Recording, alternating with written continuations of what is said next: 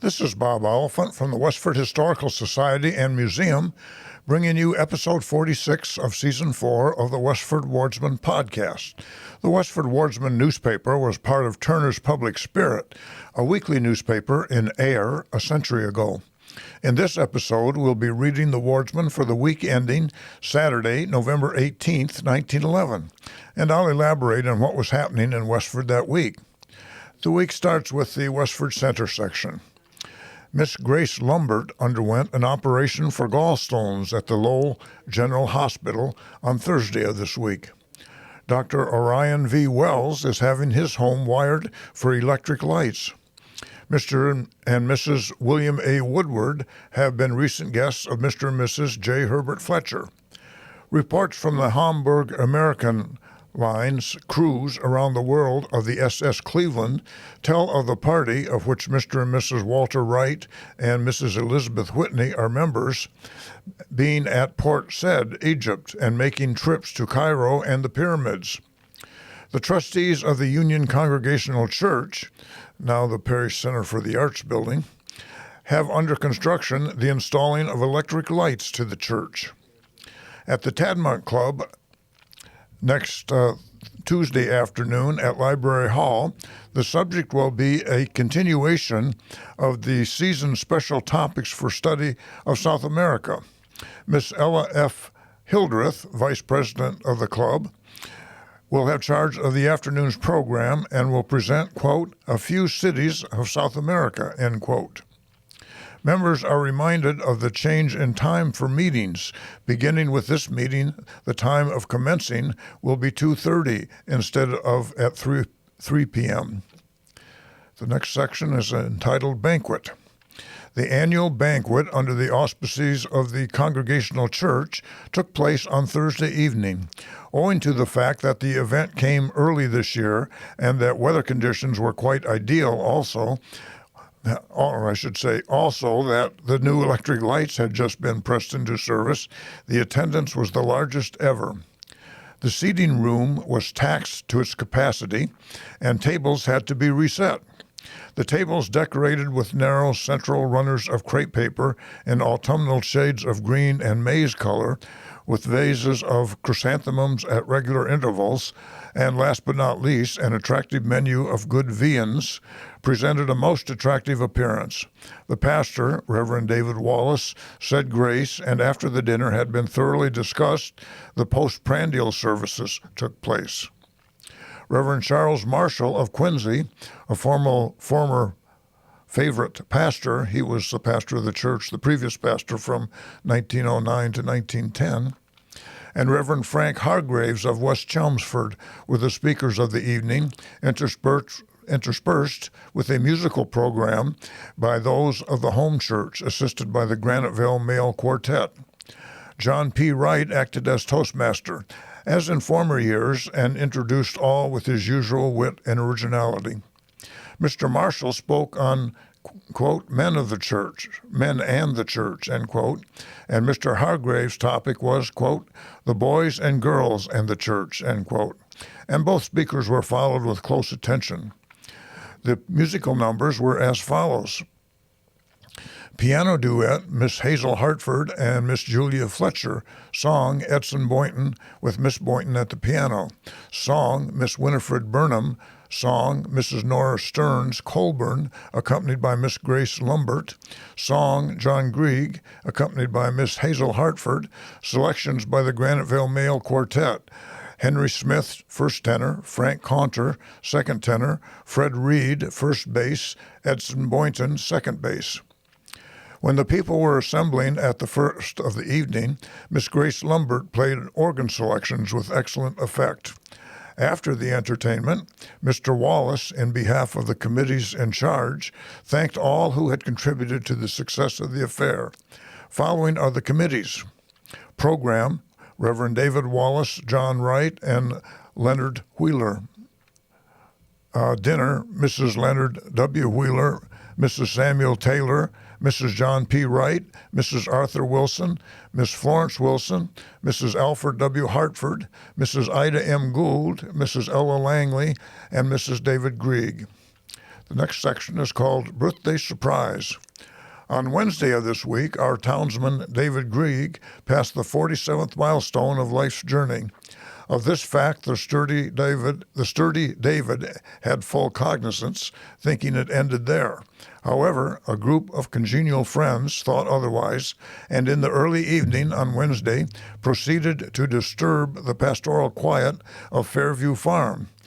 That's the farm that used to be at 124 Main Street, right across from the cemetery, Fairview Cemetery. Proceeded to disturb the pastoral quiet at Fairview Farm with a visitation. Mr. and Mrs. Grieg Sr., Mr. and Mrs. Grieg Jr., and son John were taken completely by surprise, but quickly adjusted themselves to circumstances and extended a hearty Scotch welcome. The horses were snugly stabled in the barn, and the guests given the liberty of the pleasant home. The Greigs Sr. were from Scotland.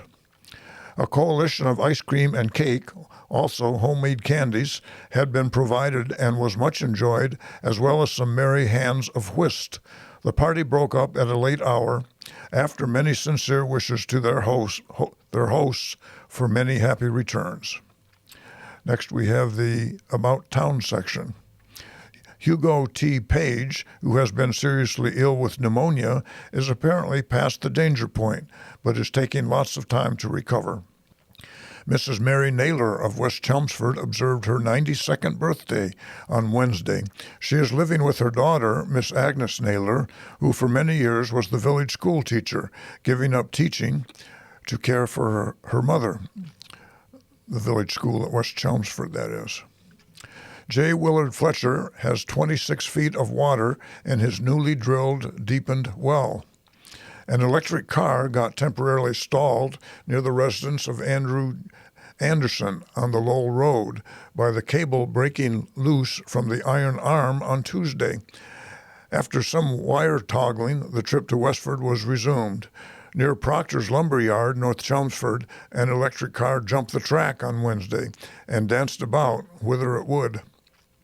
The many friends of Dr. Varney of North Chelmsford will be sorry to learn that he broke his right arm between the elbow and wrist while cranking his auto recently. This was an early, uncommonly common error with automobiles of the time, which had to be hand cranked to start. The next section is called Has Arrived Home. Our old townsman, Hiram Dane, who came from California in September to attend to the closing out sale of farm and personal property, writes from Glendora, California, of his return train trip, leaving Westford on Tuesday, October 24th. After reaching Springfield, a delay of an hour was caused by a freight wreck, which made it necessary to change the route, going by way of the Hoosick Tunnel, reaching Cleveland, Ohio on Wednesday morning at 8:15, and dinner at Toledo, Ohio at 11 a.m., reaching Chicago at 3 o'clock in the afternoon, being 3 hours late and in consequence had to wait until 10:30 for another train without change for California. Crossing the Missouri River on Thursday and reaching Topeka, Kansas on Friday, and dinner at 9 a.m. at Trinidad, Colorado, and Las Vegas, New Mexico. The weather was cold and snowing. Later he arrived at Arizona, where he had much merriment, seeing the Indians ride the donkeys and make faces at each other. Many of the passengers gave 5 cents to see the little papoose carried in a basket on the side of the squaw. He writes, quote, I have been entertained by a party from Inverness, Scotland, going to Los Angeles, California, and it is a pleasure to travel with such people. It seems my good fortune to always find such friends. I am now, Sunday morning, in San Bernardino at breakfast, strawberries, blackberries, and all the nice things raised in this tropical land.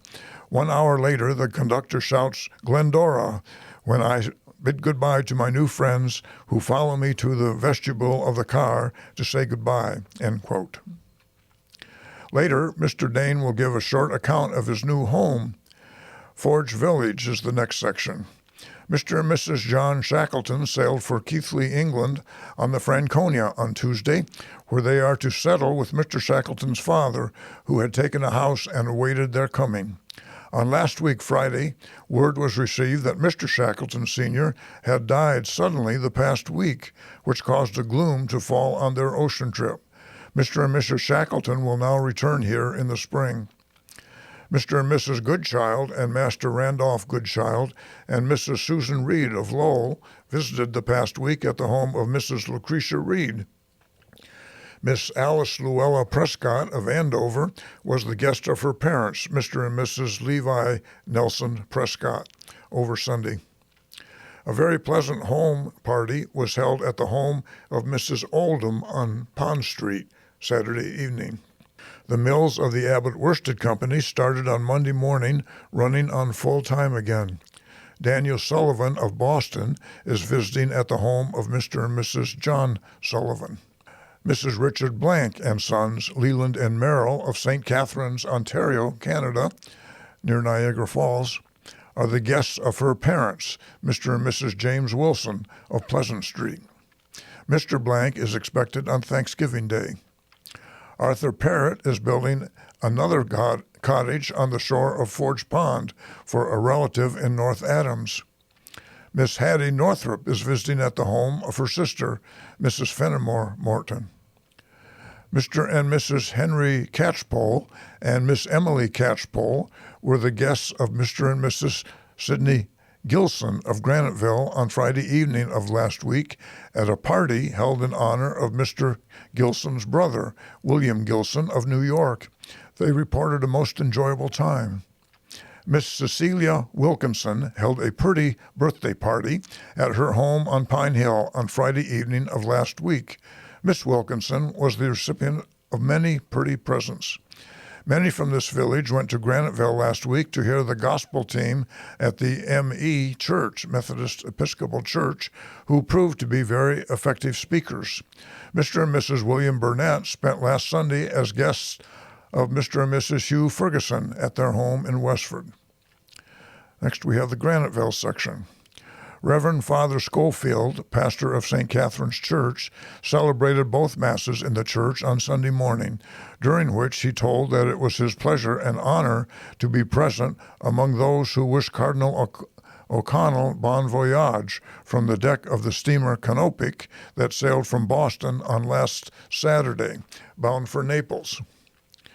William Henry O'Connell, born in 1859 and died in 1944, of Lowell, was the youngest of 11 children born to Irish immigrants, was actually on his way to Rome, where he would become Boston's first archbishop, to become cardinal on November 27, 1911. After serving as Archbishop of Portland, Maine, he became Archbishop of Boston in 1907, serving until his death 36 years later, the longest tenure in the history of the Archdiocese of Boston. Miss Inez McKenna, who sprained her ankle a few days ago, is now rapidly improving. Ferdinand Leduc, better known to his friends as Chick, is now at the Lowell General Hospital, where he recently underwent an operation. The gospel team from Boston University have recently brought to a close a very successful series of meetings that were held in the M.E. Church here on Friday, Saturday, and Sunday evenings. The many friends of Miss Margaret Driscoll, who left here Sunday for Lynn, where she will reside with her parents in the future, wish her every success in her new home. Miss Mary Healy has recently left here to accept a position as waitress in Brookline. Miss Mary Rafferty is now located at the Ocean House, New Smyrna, Florida, doing table work for the winter months. The regular meeting of the Albert Schote Hose Company was held in Healy's Hall on Monday evening. After the routine business had been transacted, a social hour was enjoyed. The regular meeting of Court Graniteville, F of A, that's Forsters of America, was held in their rooms Thursday evening. Quite a number of applications were read. That's the news in Westford for the week ending November 18th, 1911. Thank you for listening, and thanks to Ryan Cousins of WestfordCAT for providing technical support. You can find transcriptions and podcasts from the Wardsman at our website at museum.westford.org, or visit the Historical Society's Facebook page for more Westford news from days gone by. This is Bob Oliphant, and I hope you will join us for next week's Westford Wardsman podcast. Thank you.